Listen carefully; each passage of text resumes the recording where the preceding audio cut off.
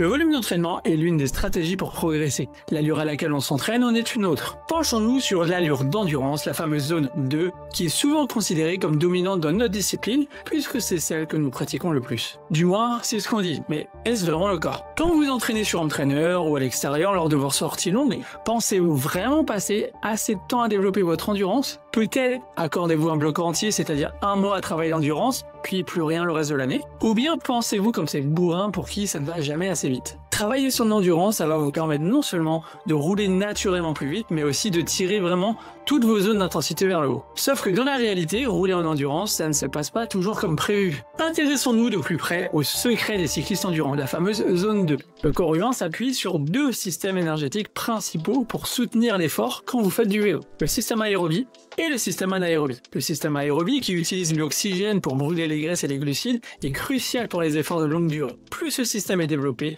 plus vous êtes capable de maintenir un effort prolongé tout en restant relativement frais. Mais dans ce système énergétique, on va y retrouver 5 zones. La zone de récupération, l'endurance fondamentale, l'allure rythme, le seuil anaérobie et la PMA. On peut considérer que ces 5 zones sont des zones qui affectent beaucoup l'endurance, mais nous allons nous attarder ici sur la fameuse zone 2, la zone d'endurance aérobie ou encore endurance fondamentale. Alors, pour ceux qui ont des outils, ça va revenir à rouler entre 70 et 80% de la FC rate, entre 50 et 60% de la PMA, ou entre 56 et 75% de la FTP. C'est une zone confortable, voire même très basse pour les non-entraînés ou ceux qui habitent dans des régions assez évoluées. Pas facile de ne pas rouler vite. Déjà, vous pouvez être sûr que lors de vos sorties collectives censées développer votre endurance, vous n'y serez pas beaucoup, et justement en endurance. Et ça, c'est de la faute de personne. Votre niveau est différent de celui du voisin, et forcément, quand vous êtes devant, vous appuyez un peu pour faire en sorte que ceux qui sont dans votre roue puissent pédaler en descente et sur le plat, mais une fois que vous êtes dans les roues, vous êtes parfois obligé d'arrêter de pédaler. Donc c'est surtout quand vous irez rouler seul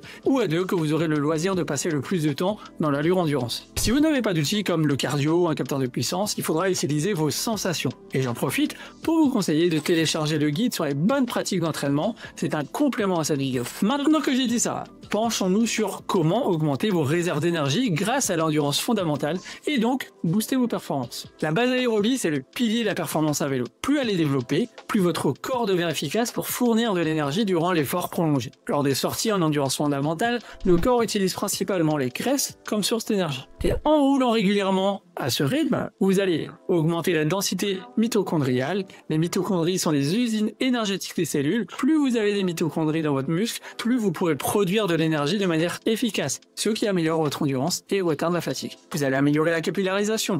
L'entraînement en endurance fondamentale favorise la création de nouveaux capillaires dans les muscles. Cela permet une meilleure circulation sanguine, augmente ainsi l'apport d'oxygène aux muscles et facilite l'élimination des déchets métaboliques comme l'acide lactique. L'endurance fondamentale encourage votre corps à devenir plus efficace dans l'utilisation des graisses comme source principale d'énergie plutôt que les glucides. Et cette adaptation est cruciale pour les efforts prolongés. Économie en glycogène. En roulant à une intensité modérée, vous préservez vos réserves de glycogène pour les moments où vous aurez besoin d'un surcroît d'énergie, comme lors d'une montée, lors d'un sprint final. Ça permet de repousser la fatigue lors des longues sorties. Amélioration de la performance en endurance. Un corps qui s'épuise efficacement dans ses réserves de graisse peut rouler plus longtemps sans s'épuiser. Et c'est particulièrement bénéfique pour les épreuves de longue distance. Plus grossièrement, les sorties longues en club où ça va rouler à 33 de moyenne, elles ne sont pas à considérer comme des séances d'endurance. Une sortie où on va rouler à 26 de moyenne, mais en respectant les zones, que ce soit en termes de cardio et de watts, sera bien meilleure pour vous. La progression sera peut-être plus lente de ce côté-là, mais petit à petit, votre moyenne augmentera pour les mêmes sensations. Ce qui fait qu'à terme, lors de vos objectifs, vous resterez plus longtemps en zone d'endurance pour une même vitesse. Le corps fonctionne mieux quand il est approvisionné par soi-même. L'autoconsommation des graisses, vous serez alors plus performant. Alors, je viens de vous dire que votre organisme fonctionne mieux en autoconsommation. Alors, peut-on maigrir en roulant en zone 2? En zone 2, à environ 70% de votre FC max, ça peut varier selon chacun d'entre vous, notamment vis-à-vis de vos niveaux. Vous êtes à ce qu'on appelle un seuil des graisses. Ce seuil va se situer à une intensité d'effort où le corps utilise un maximum des graisses pour produire de l'énergie avant que l'utilisation des glucides ne devienne dominante. Ça veut dire qu'à une allure supérieure, le corps consomme des glucides et ça, il faut lui en apporter par le biais de ce que vous allez manger sur le vélo. Alors que le gras, il se trouve dans votre corps. C'est-à-dire donc qu'à cette intensité-là, vous consommez en majorité vos propres graisses. Que vous soyez en surpoids ou tout maigre, c'est pareil. À cette intensité de seuil de graisse, votre organisme est en autoconsommation. Pour celui qui est musclé et fait 60 kg, ça durera un temps seulement avant de basculer en fringale,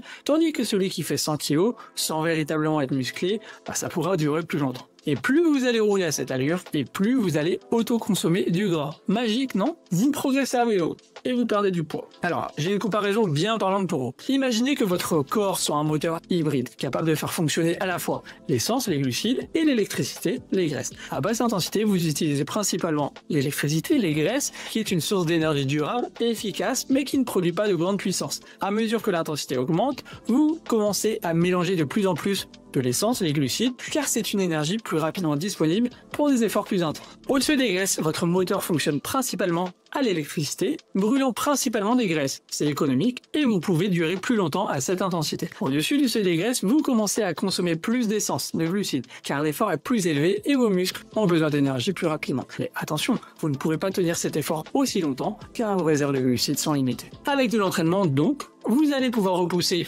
le seuil des graisses plus haut et donc repousser le moment à partir duquel vous allez devoir commencer à puiser dans vos réserves de glucides. Attention du poids, il ne faut pas penser qu'un état de fringale serait un objectif pour pouvoir perdre du poids. Pas du tout. Quand vous tombez en fringale, ça veut dire que vous n'avez plus assez de glucides à proposer à votre corps. Pour maintenir l'activité, votre corps doit trouver une énergie quelque part. Il va alors dégrader les protéines musculaires pour produire un glucose via un processus interne. Votre corps va casser les protéines présentes dans vos muscles pour fabriquer de l'énergie. Mécanisme de survie. Du coup, par la suite, vous risquez de perdre de la masse musculaire, vous blesser ou moins bien récupérer. Donc vous êtes prévenu, quand vous êtes en fringale, il faut rentrer. Alors, on me demande souvent quel type d'entraînement est le plus efficace entre l'entraînement à faible intensité, endurance fondamentale, et l'entraînement par intervalle à haute intensité, En fait, ça va dépendre des objectifs spécifiques, de votre niveau de forme physique et de la période de l'année. Chacun de ces types d'entraînement a ses propres avantages et inconvénients. S'entraîner à faible intensité sur des longues durées, ça va certainement poser problème à celui qui n'aura que peu de temps devant lui pour s'entraîner. Vous n'êtes disponible que le soir pour faire 1 heure sur home trainer et le week-end,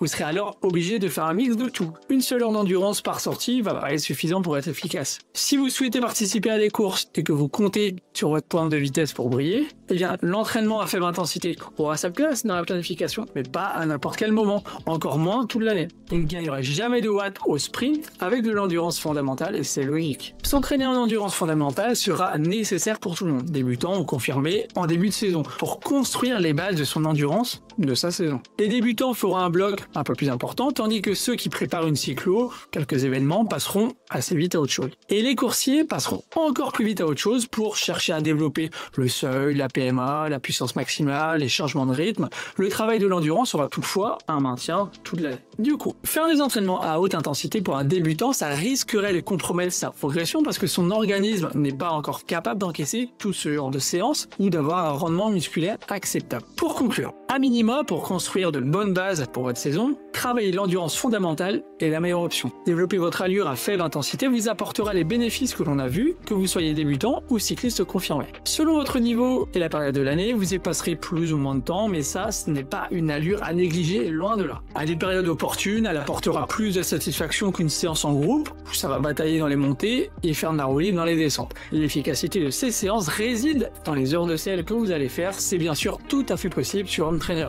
Dans cette vidéo, je vous donne 6 exemples de séances à appliquer une fois que vous aurez bien maîtrisé le travail d'endurance. Et pensez à télécharger le guide sur les bonnes pratiques d'entraînement, vous retrouverez le plan des 10 commandements. C'est gratuit, c'est le premier lien dans la description. D'ici là, entraînez-vous bien et à très vite.